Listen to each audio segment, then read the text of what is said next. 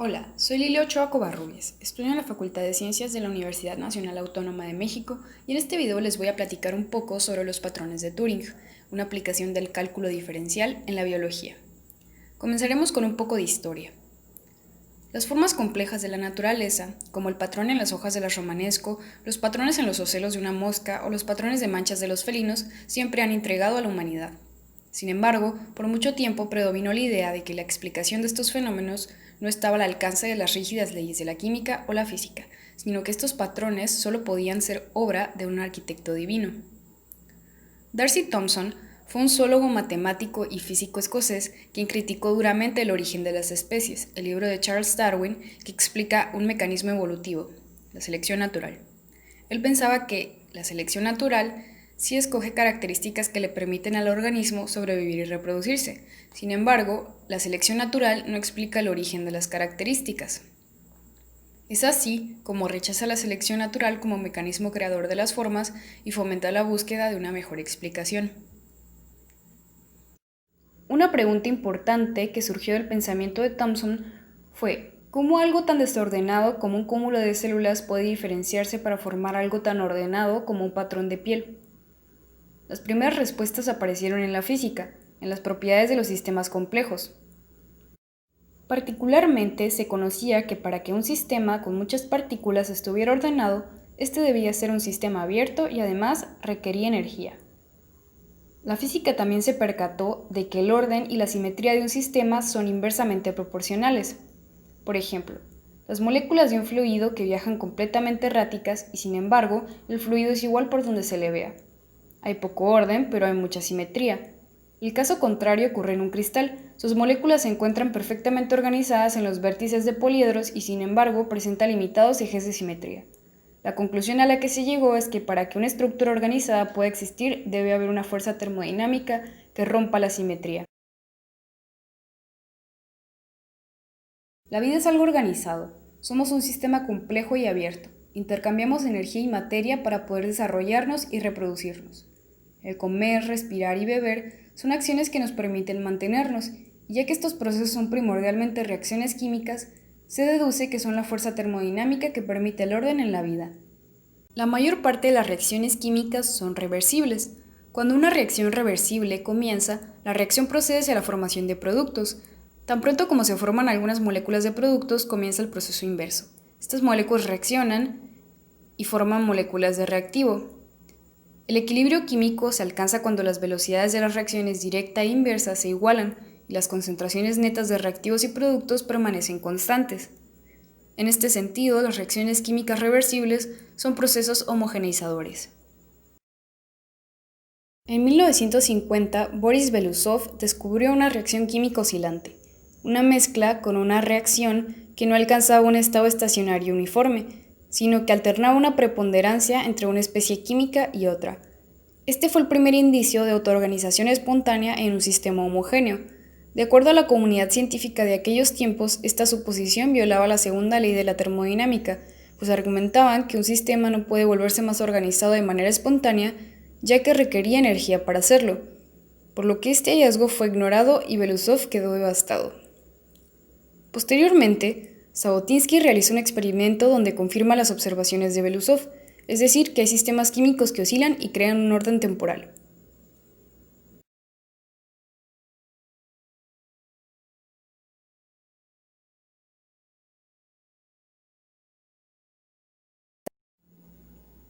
La clave para comprender la reacción Belousov-Zhabotinsky es la autocatálisis, en la cual un compuesto acelera la tasa con que ocurre la producción de sí mismo. Este compuesto se conoce como catalizador y en reacciones bioquímicas se le conoce como enzima. En la reacción Belousov-Zhabotinsky hay dos catalizadores, X y Y, los cuales, además de producirse a sí mismos, inhiben la producción del otro, generando un proceso competitivo que produce la preponderancia de uno de manera alternada, lo cual produce oscilaciones y los cambios de color de la mezcla. La producción de oscilaciones temporales puede originar patrones en el espacio. La diferencia consiste en cómo se lleva a cabo la reacción. En el experimento de Belousov, todos los compuestos se introducen en un vaso de precipitados con un agitador magnético que mezcla continuamente los componentes para lograr una concentración homogénea. Y es por esto que se observa la alternancia de un color a otro en la mezcla. Sin embargo, cuando no hay mezclado, observamos el siguiente patrón. ¿Por qué ocurre esto? La clave está en la difusión, un proceso espontáneo por el cual las moléculas de los reactantes se esparcen en todas las direcciones a causa de los choques con las moléculas del medio o solvente. Cuando no hay mezclado, la movilidad de los catalizadores X y Y solo está gobernada por la difusión molecular, por lo que pequeñas variaciones de concentraciones locales de X y Y pueden dar lugar a que el estado de la reacción sea diferente de un lugar a otro y que en un sitio prepondere el rojo y en otro prepondere el azul. Estos patrones espaciales se forman por un tiempo limitado, hasta que la mezcla deja de reaccionar y desaparece. Esto es debido a que tanto las reacciones químicas y la difusión son procesos homogeneizadores. Ahora vamos con la pregunta interesante. ¿Qué es un patrón de Turing? Para poder responder esta pregunta necesitamos el concepto de morfogénesis. La morfogénesis es el proceso por el cual se desarrollan los órganos diferenciados de un adulto a partir de estructuras indiferenciadas. Turing propone que existe una relación entre la morfogénesis y orden en un ser vivo y el orden generado en un prepatrón químico. Imaginemos que en el medio celular de un cigoto se puede formar un patrón químico mediante algún mecanismo. Suponiendo que en las células hay sustancias que generan respuestas celulares en función de su concentración local, de tal forma que si esa concentración sobrepasa cierto valor, la célula expresa un rasgo, como el color rojo, y si no sobrepasa ese valor se expresa otro carácter, como el color azul. El resultado es la traducción de un prepatrón químico en la diferenciación de órganos, tejidos, piel, etc. Pero, ¿cómo llegó a esto? Turing notó que las reacciones químicas y la difusión son procesos homogeneizadores por separado, pero juntos pueden dar lugar a patrones estacionarios cuando se les combina de una forma especial. En su artículo The Chemical Basis of Morphogenesis, publicado en 1952, Turing establece dos cosas. 1. Que los patrones químicos espaciales se pueden formar y 2. Que existe una relación entre estos patrones y los que observamos en la naturaleza. Propone además que los patrones son el resultado de la desestabilización producida por las perturbaciones de un estado homogéneo. Argumenta que esto se logra combinando dos procesos, las reacciones químicas y la difusión. Pero, ¿cómo es esto posible? Turing lo explica de la siguiente manera. Supongamos que tenemos una sustancia P que lleva a cabo una reacción autocatalítica, es decir, promueve la producción de una sustancia P. Además, también cataliza la producción de la sustancia S. Sin embargo, la sustancia S inhibe la producción de sustancia P. El modelo de reacción-difusión de Turing explica que si S se difunde más fácilmente que P, se generarán ondas agudas de diferencias de concentración para la sustancia P. Esto lo podemos observar en esta figura. Aquí vemos cómo las concentraciones locales de P aumentan ya que éste se autocataliza y al mismo tiempo S irá aumentando su concentración ya que P estimula su producción. Como S inhibe a P y S se difunde más rápido que P, se generará un pico centrado de S sobre el pico de P, lo que causará picos agudos de P. En B observamos que la distribución inicial de los reactantes es inicialmente al azar y sus concentraciones fluctúan en un determinado rango. Como P se incrementa localmente, este produce más S, el cual se difunde para inhibir más picos de P, que se forman en la vecindad de su producción. El resultado aquí es una serie de picos de P a intervalos regulares. Es así como el modelo de reacción-difusión predice áreas de alta y baja concentración de alguna sustancia.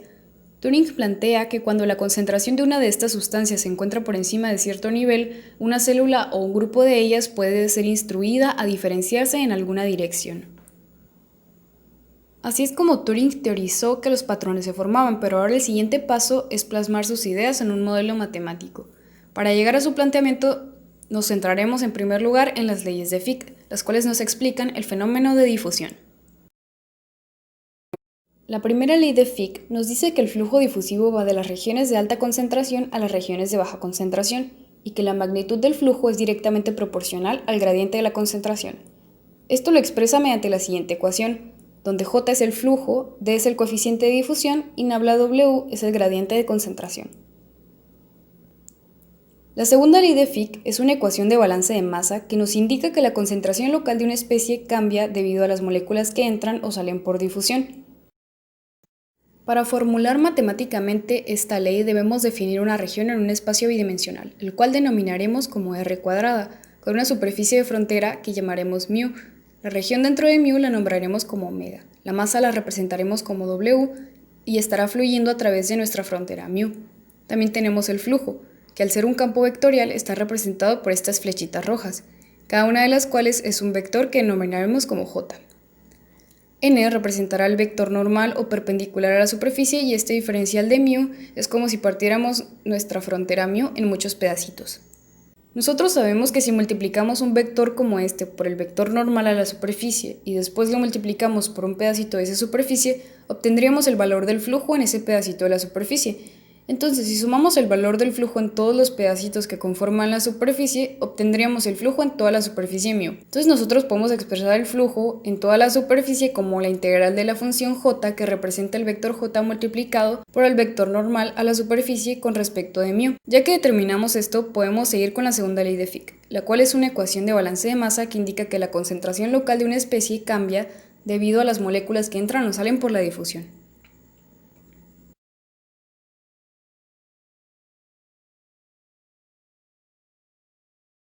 Esto lo podemos expresar con la siguiente integral, donde esta expresión nos indica el grado de cambio de masa con respecto al tiempo en la región omega, y esta expresión nos indica el flujo de masa en toda la frontera μ. Ahora, si sustituimos la primera ley de Fick en esta ecuación, obtenemos la siguiente ecuación. Ahora podemos aplicar el teorema de la divergencia, el cual es una ecuación que nos relaciona el flujo de un campo vectorial a través de una superficie cerrada con la integral de su divergencia en el volumen delimitado por esa superficie. En este caso, nuestra superficie cerrada es μ y el volumen determinado por nuestra superficie es omega. La divergencia se representa con este operador que se llama nabla.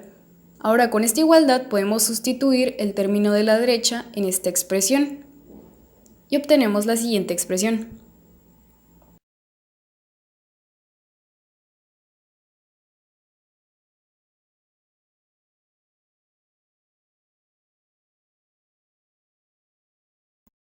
Como ambas funciones son continuas en omega, entonces, de acuerdo al teorema fundamental del cálculo, podemos quitar los símbolos de la integral y nos queda esta ecuación, la cual nos dice que la derivada de la concentración con respecto al tiempo es igual a la divergencia del flujo. Ahora que tenemos esta ecuación que nos describe la concentración de una sustancia con respecto al tiempo en una región determinada, para completar el modelo de reacción-difusión solo falta incluir la parte de las reacciones químicas. Para esto añadimos una nueva función R a la ecuación, la cual expresa cómo se desarrolla la cinética química en función de la concentración, la posición y el tiempo. Esta función debe representar la interacción de los morfógenos a estudiar, ya que estos suelen presentar fenómenos de activación o inhibición entre ellos. Esta ecuación puede generalizarse para el caso en que existan diversas especies interactuando. Ahora, WI es la concentración de la iésima especie. D se convierte en una matriz de difusividades y R es el vector que describe las interacciones entre las M especies. Entonces, la ecuación se expresa de esta forma.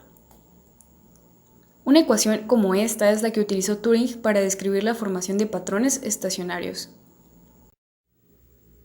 Ahora vamos con un ejemplo.